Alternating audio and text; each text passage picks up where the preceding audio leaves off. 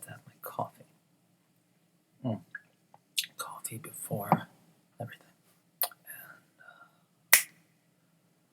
Chilling Adventures of Sabrina is like an Acheron configuration. Sabrina is configured almost like a kaleidoscope.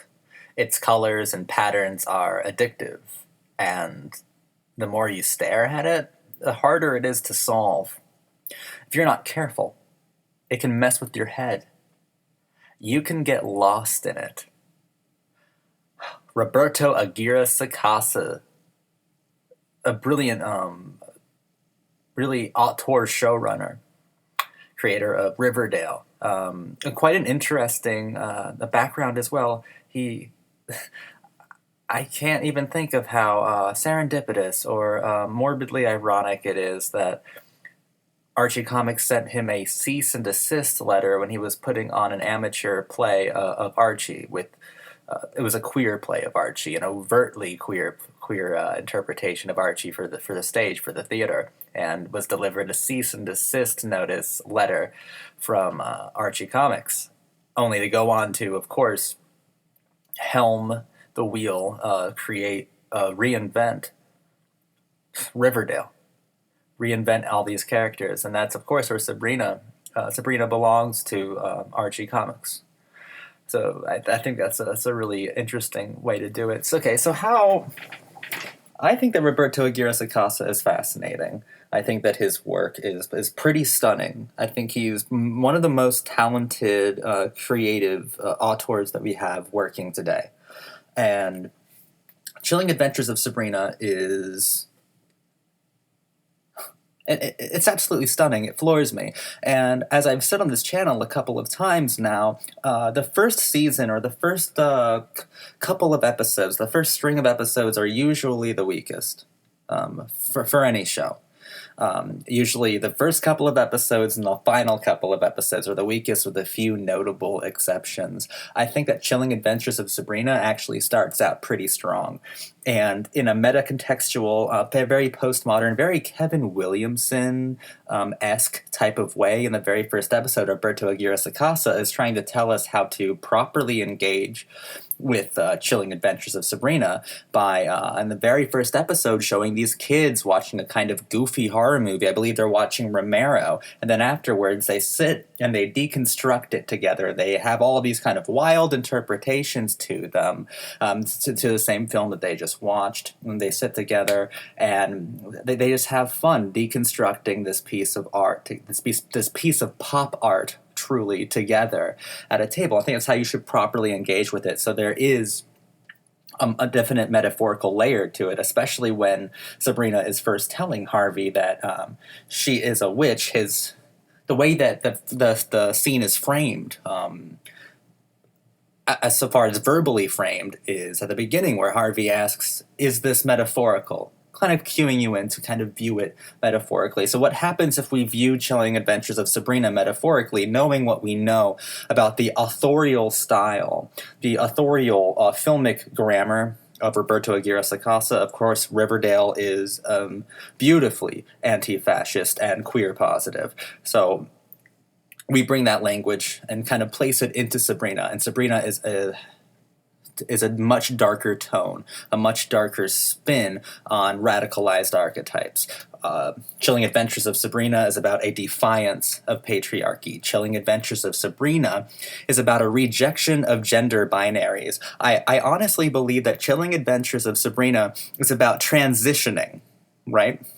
Is about freedom and power and how you deserve to have both of it. I think this is queer feminist cinema at its absolute best, considering it's a rejection of absolutist authority with this kind of beautiful satanic imagery, satanic filmic grammar going on throughout.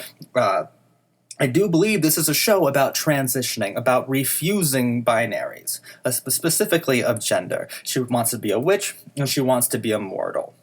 And she wants people to accept her for who she is. She doesn't belong to either one, and she doesn't want to be seen as belonging to either one. And it's very fascinating because Roberto Aguirre-Sacasa gives us part one, these episodes of failure, with what is what would ordinarily be associated with triumphs, right? Every episode of part one is deliberately designed to show Sabrina losing. What we get here is episodic failure. The individual is chiseled away by failure, and then conformity is won by losing oneself. Binary decisions are manipulated and coerced. No one makes that kind of choice willingly and fully informed of the ramifications of their decision, of what they're signing off for. Everyone she knows, every institution she encounters wants to box her into something easily definable, because being both is scary. Being both is petrifying. And I believe at the end of the day, Harvey is just as close-minded as Prudence and the Weird Sisters are of Sabrina's quest, of just Sabrina's identity. Her identity is belonging to both, but this part is very interesting. I call them parts because they were filmed and released as parts. I think part one and part two were filmed simultaneously. I could be wrong, and I'm pretty sure that's correct.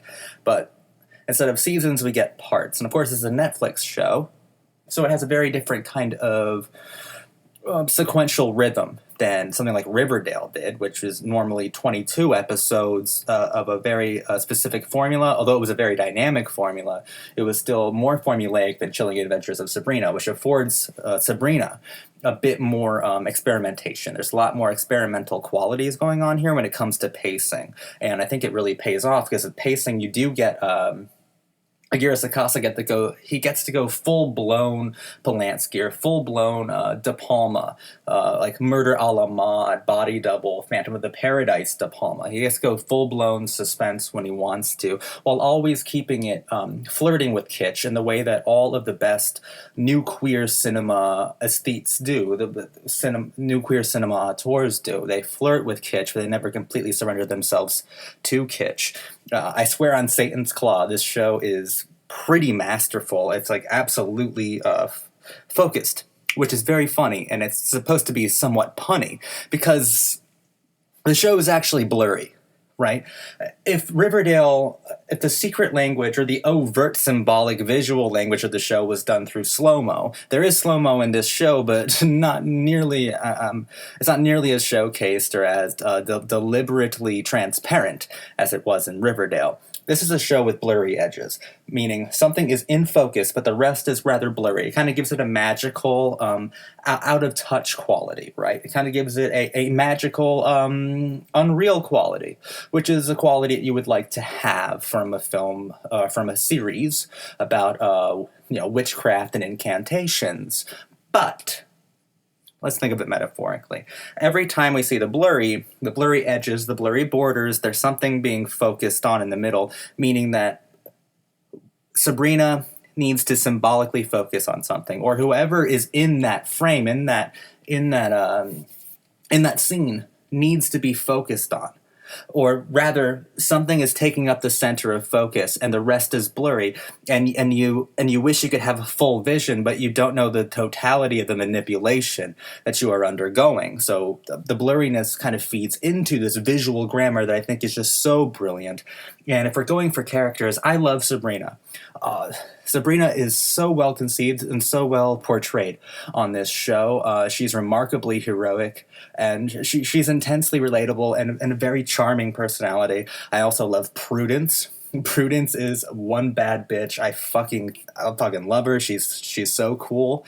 I think I like that archetype, and I think that Aguirre-Sacasa likes the Prudence archetype, because she is certainly the Cheryl Blossom of Chilling Adventures of Sabrina.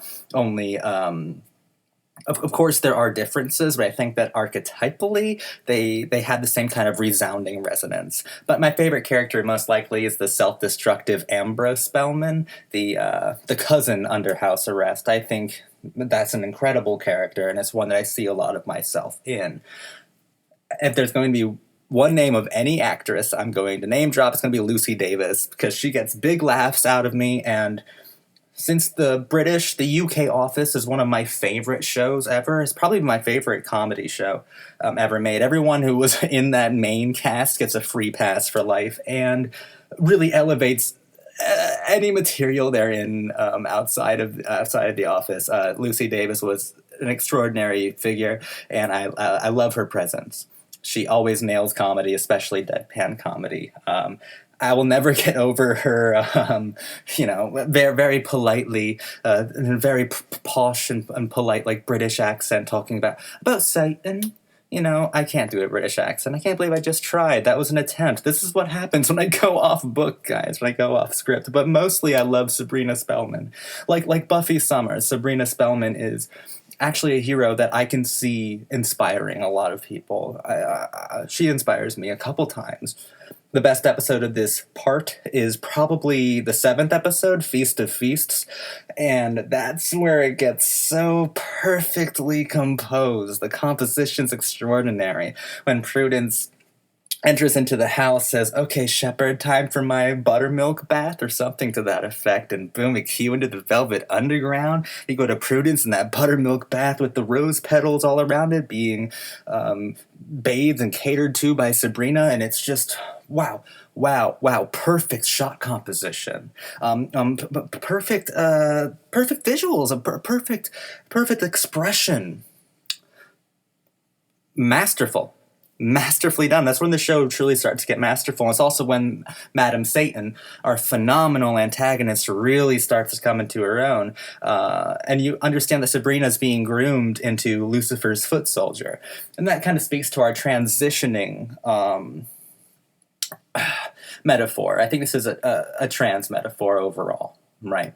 And I think that she's being groomed into being one specific end of a binary spectrum. She's being boxed in. People are working on manipulating her into choosing one, into being absolutist. And Sabrina is anything but absolute. But she's manipulated into doing so. I mean, part 1 is a failure. For all intents and purposes, so far as a hero's journey, the hero fails. I think it's a phenomenal way to start a show. But that doesn't, I don't mean to make it sound maudlin, right? Because it's an extremely fun show. There's so much, it's a gothic good time. I could see myself watching a lot of these episodes just stand alone. I loved so many of them. I had so much fun. I also love stuff about witches, though. Like, witches might be my favorite kind of horror icon in the whole iconographic landscape of horror symbols. I think I like witches a lot. And nothing beats that wink to camera. Once I got that wink to camera, when oh my god, when Sabrina has been chiseled away and manipulated into, like, completely becoming absolutist and absolutely becoming a witch and absolutely signing away her soul to Satan. Her soul to a very specific track. To something hyper-specific. And then she is accepted by the Weird Sisters and walks with them and seems to become their leader and winks at the camera. That's an ironically fascist moment, and I think that it's beautifully done. The choreography and shot composition of the show, choreography, shot composition, and colors, oh my god, Aguirre-Sacasa really knocks it out of the park here. I love this show. I even kind of grew up with Sabrina the Teenage Witch, the Melissa Joan Hart 90s television show. I didn't watch too much of it when I was a kid. It really didn't interest me, but I do remember crossovers with Boy Meets World, and I knew definitely who Sabrina was. And I always thought it was kind of goofy. It wasn't for me, but I was familiar enough with it to understand what would happen when Salem came along. I remembered the ants. I remembered the Witches' Council. I remembered a lot of things that I really appreciated seeing recontextualized and mostly deconstructed and repurposed, even. Completely altered to fit this kind of anti-fascist horror coming-of-age story that presents itself as kitsch, but obviously, just like Riverdale, is not truly kitsch. What it is new queer cinema pure. That's exactly what it is. I burned for this show. I burned for Chilling Adventures of Sabrina. I burned for Sabrina like hellfire. I think this show is phenomenal. I'm really excited by this part 1. Roberto Aguirre-Sacasa is proving himself to be one of the most impressive, capable, extraordinary, and kind of confident auteurs of his time. It takes a lot of confidence to present us with a lot of the imagery in this show, and I love it. I absolutely love Chilling Adventures of Sabrina. It's another masterpiece. Roberto Aguirre-Sacasa, on fire. Chilling Adventures of Sabrina, absolute masterpiece of television. And Satan bless us, everyone. Oh, hell Satan. No, dude, for real. That's a complete masterpiece.